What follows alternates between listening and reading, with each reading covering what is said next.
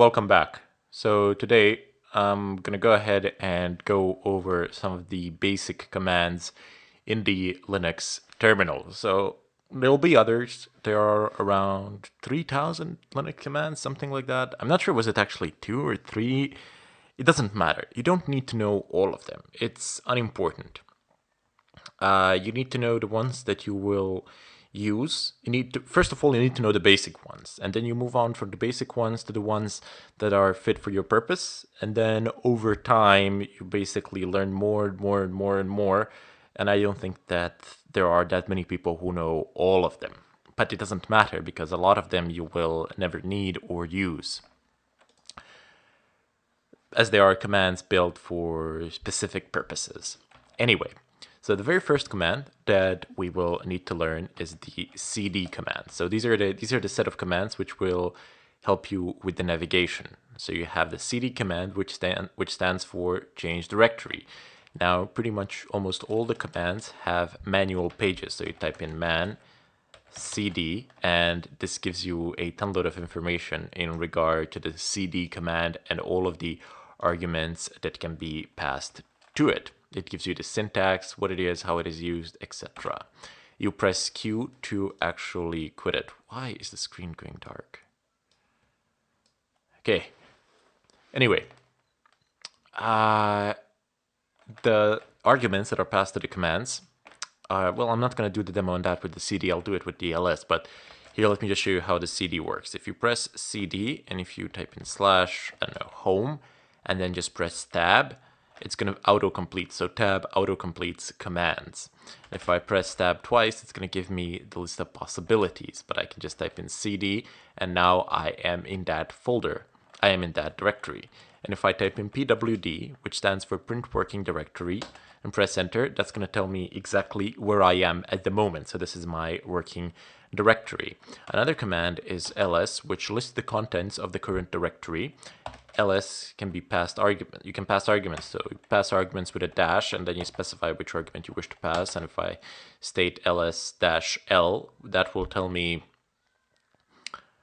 that will give me a detailed listing in terms of the file. So it will give me permissions, who is the owner, which group owns it, what is the file name, etc. You have some other information here, but I'll explain it shortly. You don't need to know all of it. If I type in another argument, which is h, it's going to tell me the exact size of each file in a human readable format. So 4.8 megabytes, 64 kilobytes, and so on and so forth. Not all of them are listed for some strange reason. It doesn't really matter. Most of the time, it's going to work out just fine. It's probably working out just fine. I just can't see why it's not printing it out the way I wanted to do, the way I wanted it to. But -h in general gives you the human readable format. You can also type in man ls, and it's going to give you a lot of listing in terms of all the arguments that can be passed. You have a serious amount of them.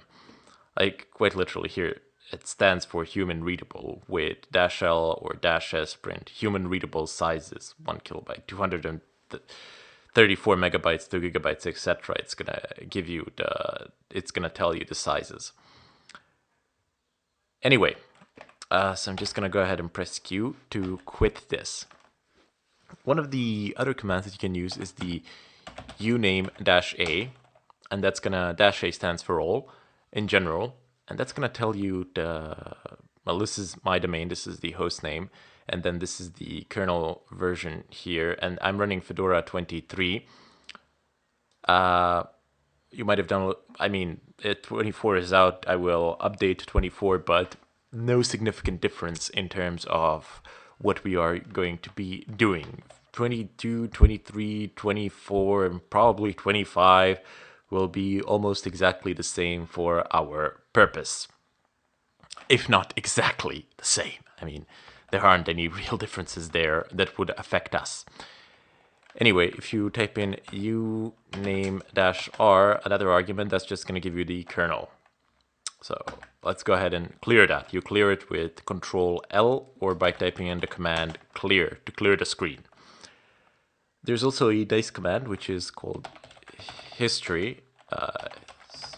history, and it gives you a listing of all the commands that you've typed in. Well, at least 1,000 of them, or however many you've actually configured. You configure it from here. You just go File, Settings, Edit Current Profile. And this is also where you can configure your terminal, how you wish it to look like. So if you go into Appearance, you can like set these colors. I prefer to use this one as it is light on my eyes, or this one.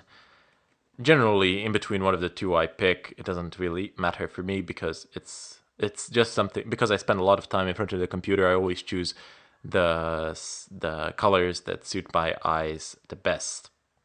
And you see it says scrolling 1,000 lines. So you can alter this any way you like.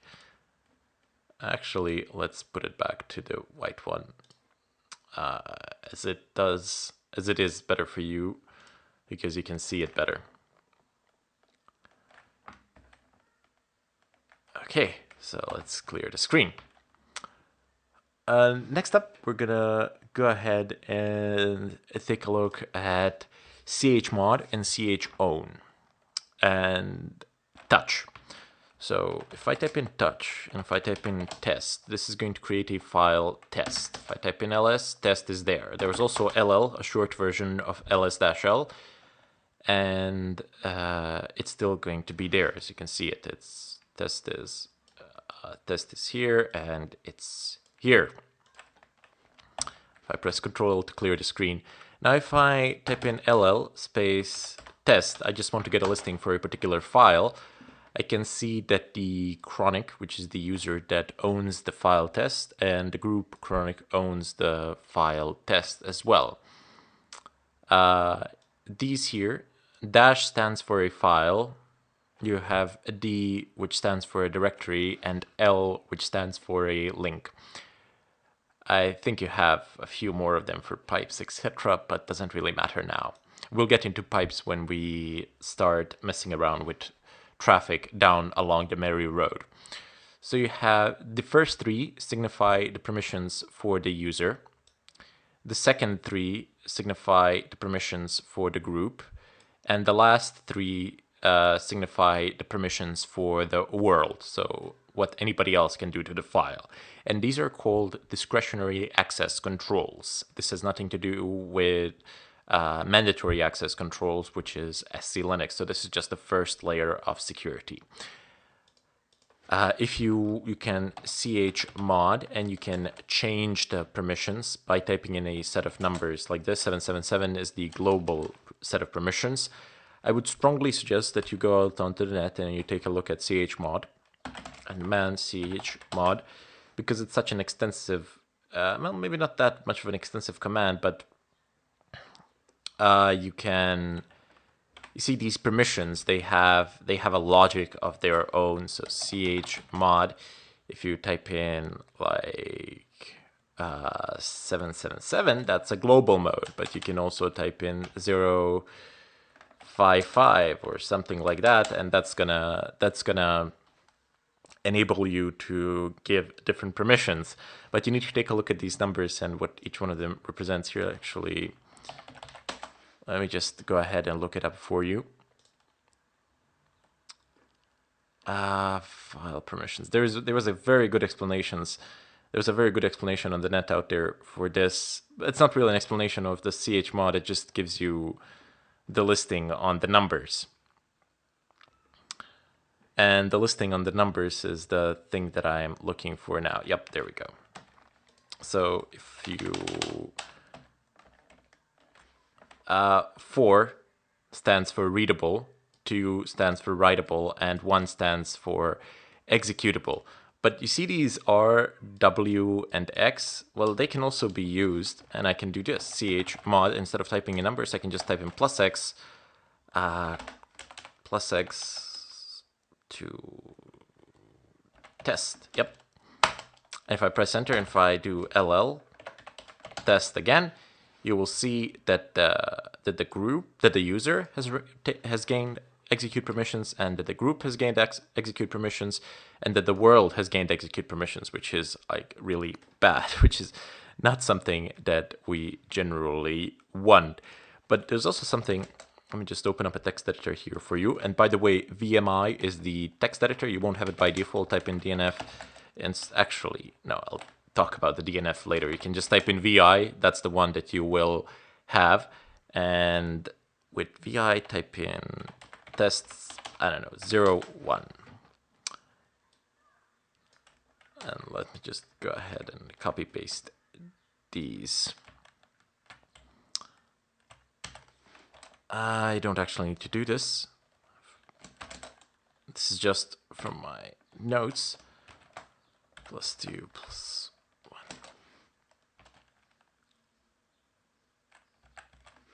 Okay. Read. I don't know why the copy pasting didn't work out there. Sometimes it doesn't. Maybe because I'm stupid or something. So 7. It's actually 4 + 2 + 1. So read, write, execute. 4 is read, 2 is write, 1 is execute. So 4 + 2 + 1, basically, yeah, that's equal to 7. So the next one is basically 6, which is 4 + 2, that's read and write. Here, let me just open up another term, a new window, and let me demonstrate that a little bit further. I know it can look a little bit scary, but believe me, you'll figure it out with great ease. So ls test, right? ll test, there you go. So it has all these permissions. And one number,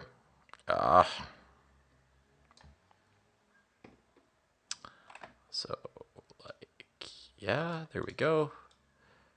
So look, if you specify one number, so chmod, and the first number will signify the permissions for the user. So if I don't want to give any permissions to the user, I will type in 0 because that's none of this. If I want to give write and execute permissions to the user, I will type in 3. If I just want the user to have read permissions, I will type in 4. Now the next set of permissions is for the group. What sort of permissions would I like to give to the group?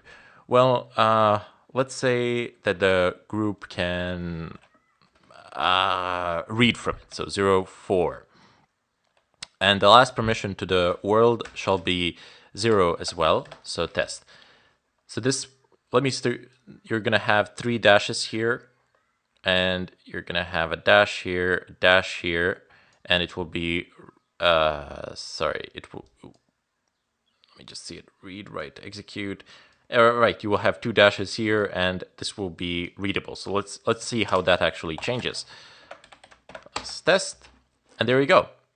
So nobody has any permissions other than the group, which actually has only read permissions. I type in cat test, permission denied, because this particular user within this group does not have that permission. If I was some other user within the same group, I would be able to mess around with it. Let's go ahead and do a little bit more. So chmod, if I would like to give permission to that particular user to read it and the group, I would just type in 4 for the user to read and 4 for the group to read, and 0 because I do not wish to allow anything to the world. And I type in test, and I type in ll test. There we go. Now the user and the group can actually just read through it, but they cannot write anything to it, nor can they execute anything, nor can anybody else. And if I type in cat test, I can access it. Cat is another command which actually flushes out the contents of a file. Let me just see if I can find a file. There you go. If I type in cat x.log temp, you see this is going to cat out everything that's in it. It's just going to push the contents of the file onto the screen. So very useful command that we will use extensively. This is how the permissions, the discretionary access controls work. I'm sure you figured it out. If you didn't, take a look at it. I mean, it's not really that complicated. They've actually made it extremely simple. Okay, so now we're gonna go ahead and take a look at some other commands as well. Let me just go ahead and increase the size of this. You have move. So move command actually moves a file or a folder from one path to the other. So if I have test, and if I move it to home chronic documents, it's gonna be moved from that folder to the other one. If I type in home chronic documents test, it's going to be here and it will retain all the permissions that it had previously. Another command is rm. It's going to remove write protected regular empty file. Yes, goodbye, that will remove it. If you wish to remove a folder, you need to type in -rf and it's going to actually remove a folder. Be very careful with move command, with rm command, which stands for remove, because once you have deleted something, there really isn't any real way of getting it back. So it's not like in Windows where you put it into trash can or something like that. Once you have deleted it with rm, it's gone. Say goodbye to it. Never gonna see it again. There are a few others, but I'm gonna cut the tutorial here and we'll come back in the follow-up.